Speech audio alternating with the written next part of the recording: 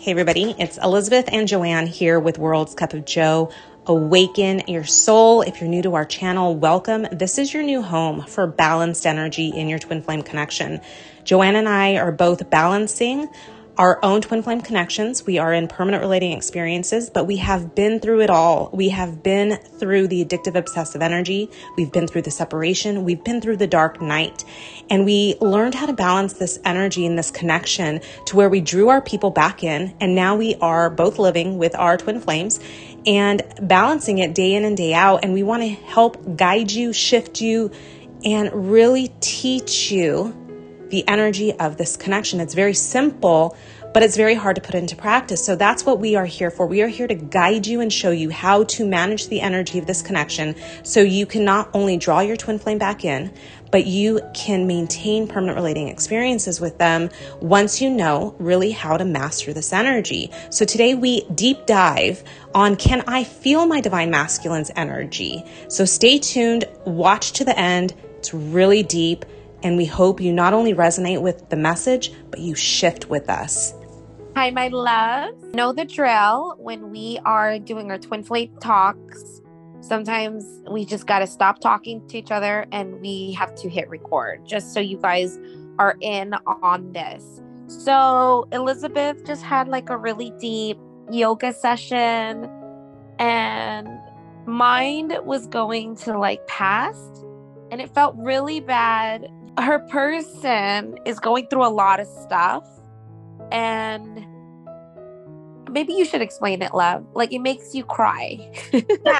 Oh, out of nowhere in yoga, I started thinking about an episode a couple weeks ago with my person and it brought me to today where he's having some family issues, and I have seen him not be treated well by certain family members. And my heart I just started feeling pain in my heart space. And I'm like, what is this? Why am I feeling all this energy? So much energy that I literally started crying in yoga. I had a towel over my face at the end and I was like ready to start sobbing. I knew I needed a release. I knew like it didn't feel good. And I was like, I need to ground this out. Obviously not the place while I'm in the middle of yoga class, but what is this? And I know that I can't feel his energy. He can feel mine. Mm-hmm. So I called Joanne straight after class and I was like, what is this? Why am I feeling like it felt heartbreaking for him? I felt heartbroken for him and the pain he's going through, but it felt like it was happening to me. It was so painful. And the first thing that I told Elizabeth was don't tell him that you feel bad for him and his family. And I know this is the opposite of everything that we know, right? We have a friend, we have a family, they're having a hard time. Oh, I'm so sorry you're having a hard time. But to our people, this is energetic and they don't want to hear your empathy. It's actually push to empathize with our people because it's an emotional way to put ourselves in their shoes. And it takes the focus off us. And it does. You actually asked me like a really interesting question. Like, am I feeling what he's going through? And the answer is no. You're not feeling what he's going through, but mine wants to feel bad of what he's going through. And I hope this can kind of help. I think it's for you, love, and also everyone else. My person too was having a hard time with work and everything is much better now. But I am a problem solver. I'm a reformed, still working on people pleaser. I'm working really hard to no longer be one, but it's engraved in me because I care and I love and I give so much. And when I see my person or saw my person having a really hard time at work, my part of me that was like Elizabeth, whose heart was like wrenching and feeling bad and wanting to like be there, like, oh, I'm so sorry you're having a hard time at work. And anything that I was saying was becoming push. It was becoming push. It was like, I was distraught that they're having a hard time. And I was making it about them so much that he was like, I don't need you to do anything for me. I don't need you to say anything for me. I just want you to be there. And that's what I heard. All I heard was, I don't need you to leak all this energy on me. Like you're trying to solve my stuff, excuse me. Like you're trying to solve my stuff. I don't need you to solve my stuff. I got my own stuff that I'm dealing with. Just be present. That's all. All I heard was, I need you to be at soul for us because I'm not at soul. Yeah, exactly. I need you, Elizabeth. I'm going through family stuff right now. So this just came to me, love. It was like, I'm going through family stuff right now, Elizabeth. And I need you to be at soul for us. Because right now I'm going through a lot of stuff. And if you come home with this emotional energy of all this gawk that I'm feeling, there's no peace. There's not going to be peace in our home, because I was counting on you to be my peace. And now you're emotional and it doesn't help because I'm going through the midst of it, because the emotions you're feeling, it wasn't for you. You're feeling bad for him. Yeah, I was. It was, yeah, I was picturing the scenario, and I was picturing these people hurting him, and I hurt for him. It was very, I guess, very empathetic. Yes. And that's push. Because I was doing the same thing with my person. I was like, this is how you can solve it. You know me, like I said, I want to fix all these things, and I want to be like this warrior, right? Like that song you were saying, where like, I will rescue you. Let me rescue you and be your shield through all the pain, all these things that you're experiencing. I want to solve and fix it all for you, because I'm your, as your person, I can feel, I love you so much unconditionally, that you deserve unconditional love from everyone, especially your family, because I love you unconditionally. And what they're telling you is, I don't need you to do anything. I don't need you to say anything. I need you to be at soul for both of us, because if you try to give me advice right now, if you try to solve my stuff right now, you're making me worse, because you're not allowing me to feel the presence and peace that I was hoping and banking you'd provide for us. So Joanne, you mentioned you'd asked me where I felt the pain, and I said I felt it in my heart. And you'd asked, was it open or closed? And I said, it's definitely closed. So what do I do with this when I feel my heart closed for something like this? So you have to sit with yourself and ask yourself why and what would ever be okay for you to keep your heart closed. Why would you first close it? And secondly, it's not worth to close your heart for anything or anyone. So what is the reason for your heart closing? You need to sit with that. Go ahead. What coming up for me was, I don't want to be hurt. You don't want to be hurt, or him to be hurt? Because where did it go from you felt bad that he was being treated incorrectly with his family to now you're hurt?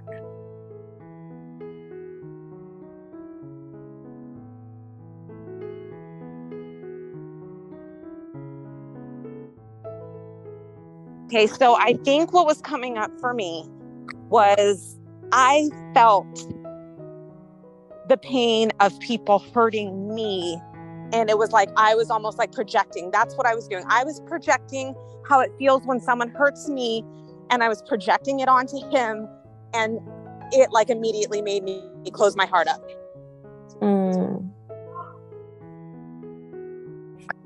So when your heart is closing up for other people, you're not allowing yourself to be at a place where you can feel the love that you are. And when you are caring so much for others, especially our people, we're closing our heart because we care so much and love them so much, but then we close ourselves up from feeling the love of source and soul at the same time. So what has to be released to allow your heart to be opened from putting yourself in this place where you've closed it? So I'm almost thinking this was actually, even though it appeared to the surface now that I'm talking to you. So what appeared at the surface of me being just extremely empathetic to him and not wanting to see him get hurt and feeling bad that he was getting hurt was really a deeper trigger for me, and not dealing with the pain of people hurting me throughout the years. And me, because let's face it, it's a lot easier to be strong and be bold and be assertive and be protective of people we love than ourselves. And so maybe it was bringing up this where I needed to, like you said, rescue or fight for something that I'd never been able to do for myself, but because it was for him, I could do it. I could feel it. I could feel into that. Whereas when people hurt me, I just close it off. But it was like coming up strong to feel it for him. Whereas when things happen like that to me, I just push it down. So it's a deeper layer of me trying to release stuff that has hurt me, but not me. I didn't realize it. Yeah. But that's good though. That's you shifting. This is balancing, my loves. A lot of times when we're thinking of our people, we think we have to solve them and fix them, when really the triggers and things that are coming through us is for us. What is it within me that doesn't want to be hurt? Because I know how it feels to be hurt. And it's easier for us to have compassion for our twin flame and be like, oh my gosh, I feel so bad. He's having a hard time. When really deep down, it's like, my heart's closing because I don't like to be hurt. And then all these things come up of all the people that's hurt you. And really, what's really going on is you have all these deep-rooted things that need to be faced so that you're not closing your heart. And how crazy is it that we had to first think of our twin flame to even get this part, this deep for ourselves? Like I'm still sort of blown away right now, because I literally called you 15 minutes ago, leaving yoga thinking that this was all about him. And now we're talking through it and it's like, holy smokes, this is about me. This is about me and me, people hurting me not liking people taking advantage of me. And when I see it done to someone who I love, who's so kind, it hurts. And it's like, I'm going to stand up for you, but I should be doing this for me.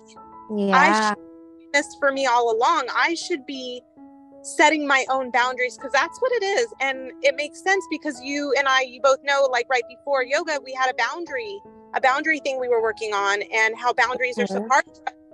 This, I think, ties into that. And that must be why all of this came up, is like, why can't I set boundaries for myself? Why can't I allow other people to take advantage of me and me feel bad saying no? Like, why is it okay to people please to the point where someone feels like they can take advantage and I don't stand up for myself? And then it went to my person being taken advantage of, my person being hurt, for me to see that. But then can you see that when it was towards your person, you were having tears come up? But when you were first handling the boundary set and feeling bad about setting the boundaries, you didn't at all have any emotions to release for yourself. No. When the entire emotion was and is for you. Yeah. So freaking. It's so crazy. 99% of the time when we have these triggers and we think it's for our people, it's for us. When you guys are having these triggers, or you're having these moments when you're about to push or you're about to leap, because that's really what Elizabeth was having an experience on. She's having this emotional situation that she thinks she's feeling for her person. And, you don't go home and say, hey, I'm so sorry, your family. Like, no, we can't do that as the positive polarity. We can't push on our people. We got to wooza this stuff out. But the biggest underlying thing is what even caused it in the first place is was for us? What is it for us? And you just made me think of something really, really huge right now, love. When I was giving all this advice for him with his work, it made me think of all the times that I've worked my ass off, And when you work your ass off and you are forgotten, right? You just work so hard and you're easily replaceable for your job. And that's what I felt for him. I felt so bad that he's having these experiences and he cares so much. And in my mind, I'm thinking, oh my gosh, there's so many places I've worked at before where they could give two craps about me. And here he is, like, distraught about his work situation. And I realized there's a lot of stuff with my work in the past that I cared so much about. Like, I almost freaking died. I almost died clinging onto pleasing people at work that I hurt myself. Like, all that came up for me. And then the crazy part is when I'm trying to help him and fix him, all I was really trying to do, and now I realize, was trying to fix me. That's why it became push. You're trying to work through your own trigger that you didn't even know I was going through that. I'm just now seeing this from you. And I just realized, while I was pushing and trying to empathize with my person, which is definitely push. Like, I don't need to think about what he's thinking, feeling, and doing. I really should have, when he was experiencing that, saw a trigger within myself that felt really, really like, whoa, I know how it feels to be in this situation. Holy crap, let me go solve this because I still haven't dealt with this yet. Instead of, I was thinking, if I fixed him, I can fix me too. I can fix all the crap that I experienced from my job in the past. And if he feels better, I'll feel better. That's what mine was. Well, you know, this is what sort of came up for me, and why it hurts so much to think about him being hurt, was I started thinking he's such a beautiful soul. Like, his essence is so giving, so kind, just, he's such a beautiful human being. But that's what I am too. So it's like, why could I see that in him? I can see it and spot it and recognize it so easily in him. And it's like, so I was picturing this like sweet, beautiful, this soul being hurt. And it's like, why have I never thought of it in those terms when someone hurts me? That I'm such a beautiful soul. Why is it okay for people to hurt me? Yeah. You're right, Joanne. This is balancing. This is the crap that comes up. We think it's about them, and it's about us. It's always about us. It is. It is. I want to take a step back. Every time I get triggered, every time something comes up for me and I think I want to solve my person, I want to fix my person, I want to go to my person, I'm going to go within. I'm going to sit this one out. I'm going to figure out what's coming through me. Because when I work through this, I become the peace for the both of us. Because he said so himself, I don't need you to do anything for me. And here I am thinking, I need to solve everything for you. While the underlying thing was, if I solve his stuff, I'm going to solve all the stuff that came up for me right now, just seeing his stuff. Well, so this is what I was telling you earlier before I was going through all of this part, when I was witnessing him not be treated nicely. When I was in mine before separation, I would have handled this much differently. I would have been the first to jump on the bandwagon of complaining about the person that was not being nice to him. And this time I just sat out and listened, and I became the observer. Because let's be real, he doesn't need me to pound it into his head how crappy he's being treated. He sees it. He just needs me, like you said, to be the peace, because he can't get there by himself. No. They're showing us how to get deeper in soul. They're showing us we don't need to people please. They're showing us we don't need to stoop ourselves in the level where we're not setting boundaries for ourselves to feel better, to feel good. to not have to solve anyone's stuff but our own. It's all about us. This is what our people teach us. And every moment where we think we're being triggered and we have to try to fix them, we have to go within and fix us. That's what's coming up. What's coming up is what is deep rooted within us that we're ignoring because we're so easily able to feel into them. I can feel into him, but it's going to take me years to feel into the trauma that I went through. But let me just solve his stuff now because I can really empathize with him. Yeah. It's much easier when it's a little bit separated from us. It's a little bit easier because it's for them. And we think we got to solve their stuff. We got to fix their stuff.